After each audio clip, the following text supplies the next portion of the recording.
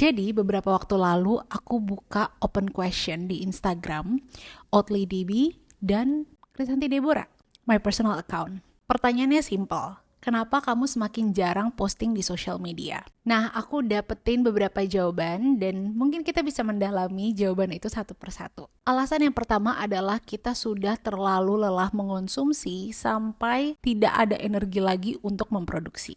Aku sangat merasakan dampak negatif dari doom scrolling, efek dari style aplikasi semacam Vine zaman dulu dan TikTok yang scrollingnya tuh langsung ke bawah yang membuat time spend aku menurun drastis. Nah, ada sosok bernama Adam Alter, psikolog dari New York University, nulis di bukunya yang berjudul Irresistible di tahun 2017.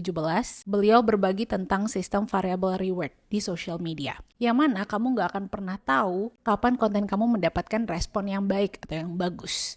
Jadi kamu terus-terusan ngecek likes, komen, pokoknya segala reaksi atau interaksi dari orang lain terhadap konten yang kamu posting. Itu juga terjadi di aku gitu. Jadi ketika aku ngepost sesuatu, bukannya aku move on gitu dari satu konten, terus membuat konten lainnya, tapi aku keep checking the insight gitu. Insight dari setiap konten. Dan justru itu menghisap energi juga gitu. Sama kayak kita doom scrolling. Kita nge-stuck di satu konten itu, jadi membuat diri sendiri nggak produktif. Loop ini yang bikin otak kita cepat lelah. Dan yang bikin males itu bukan sekedar capeknya aja, tapi kamu udah kepikiran after effect-nya gitu. Aku relate sih sama jawaban ini karena udah kebayang nanti setelah gue ngonten, gue bakal ngecek terus nih likes, komen, entah reaksi apapun ya dari followers. Jadinya itu bikin aku gak produktif, jadi mendingan gak usah buat biar gak ada reaksi sama sekali. Itu alasan yang pertama. Alasan yang kedua, wah ini bener banget sih,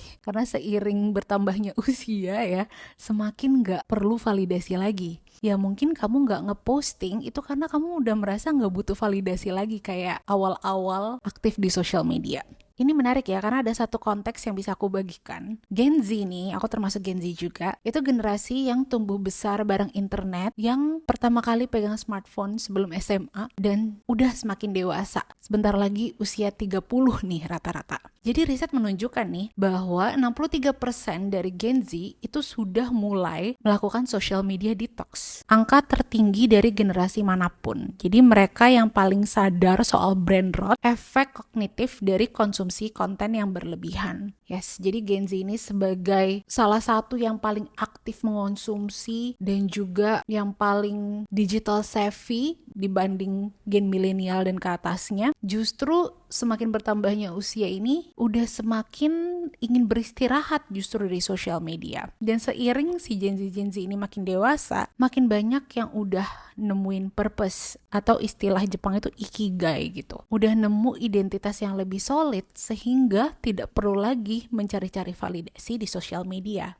Buat kamu-kamu nih yang udah semakin jarang posting dan mungkin masuk ke alasan kedua ini, itu mungkin justru sudah mulai keluar dari loop social media, dan itu sebenarnya tanda kedewasaan yang menurut aku underrated. Itu bagus ya, jadi itu tanda dewasa, kita gak perlu validasi lagi, kita udah merasa cukup dengan diri sendiri, dan berarti kita bisa lebih nikmatin kehidupan di dunia nyata gitu. Jadi lebih suka hal-hal yang di real life dibanding di social media.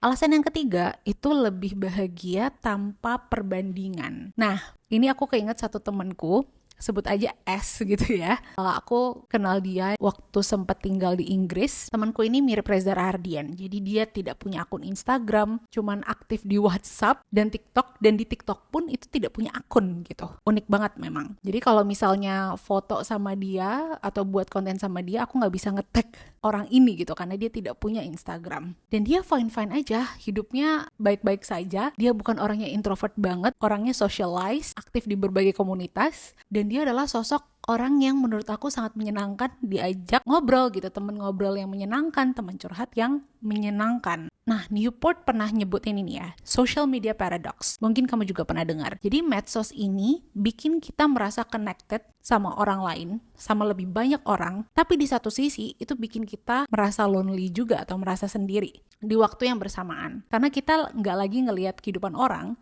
tapi kita lihat highlight reel kehidupan mereka yang terkurasi, yang pastinya positif-positif aja. Karena sebagian besar dari kita pasti yang kita posting yang baik-baiknya, ya nggak sih? Waktu traveling, waktu kita dapat pencapaian sesuatu, waktu kita nemuin hal yang keren, sedih-sedihnya tuh jarang diliatin di sosial media. Dan itu tuh yang kita konsumsi di medsos. Waktu berhenti aktif, kayak temanku ini atau kayak Reza Rahardian, beneran gak punya akun social media, ya otomatis highlight reel orang-orang tersebut tidak terlihat dan kita jadi gak FOMO. Itu bikin jadi lebih damai, lebih tenang. Waktu di awal tuh aku mikir, nih temanku tuh bakal missing out banyak hal gak ya? Ya untuk beberapa hal yang missing out ya, kayak misalnya tentang update politik. Lucu banget temanku ini ketika aku ajak ngobrol berhubungan sama politik, waktu itu dia beneran, aku nggak pernah denger itu, emang gimana update-nya gitu. Jadi emang ketinggalan sih di sisi itu. Tapi yang aku lihat adalah dengan dia tidak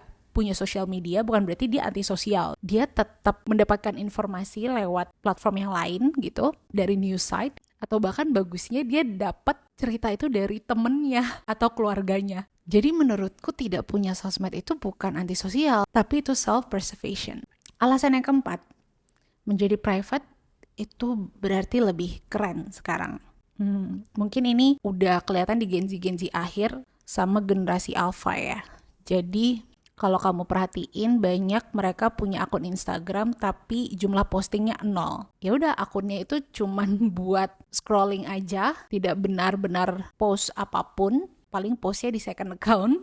Karena sebagian besar menganggap menjadi private itu keren dan ya itu valid juga ya, karena di tengah banyak gempuran informasi kayak sekarang dan orang-orang tuh berlomba-lomba untuk nunjukin, oh ini loh anakku, ini keluargaku, ini pekerjaanku, ada seseorang yang tidak bisa ditebak karena tidak ada sosmednya gitu, mau apa yang dilihat. Ada yang jawab seperti ini, rasanya lebih keren kalau orang nggak tahu semua hal tentang hidupmu. Nah di alasan keempat ini aku lihat memang ada pergeseran ya dari era oversharing ke era quiet life yang jadi aspirasi nih. Gak semua momen itu perlu jadi konten, gak semua orang perlu tahu tentang kehidupan kita. Dan gak semua pencapaian itu perlu di-announce. Ada sesuatu yang powerful dari punya kehidupan yang gak bisa diakses semua orang. Yang bisa mengakses itu hanya orang-orang yang kita dekat atau orang yang kita percaya. Kalau kamu merasa social media itu, iya itu ada banyak dampak negatifnya udah pasti karena doom scrolling, terlalu banyak informasi, terlalu banyak mengonsumsi. Tapi kalau misalnya kamu mau lebih banyak posting karena kamu mungkin melihat sebenarnya ada banyak manfaat dari social media. Ini konteksnya memproduksi, bukan sekadar mengonsumsi, mau share lebih banyak tentang kehidupan kamu atau mungkin karya kamu.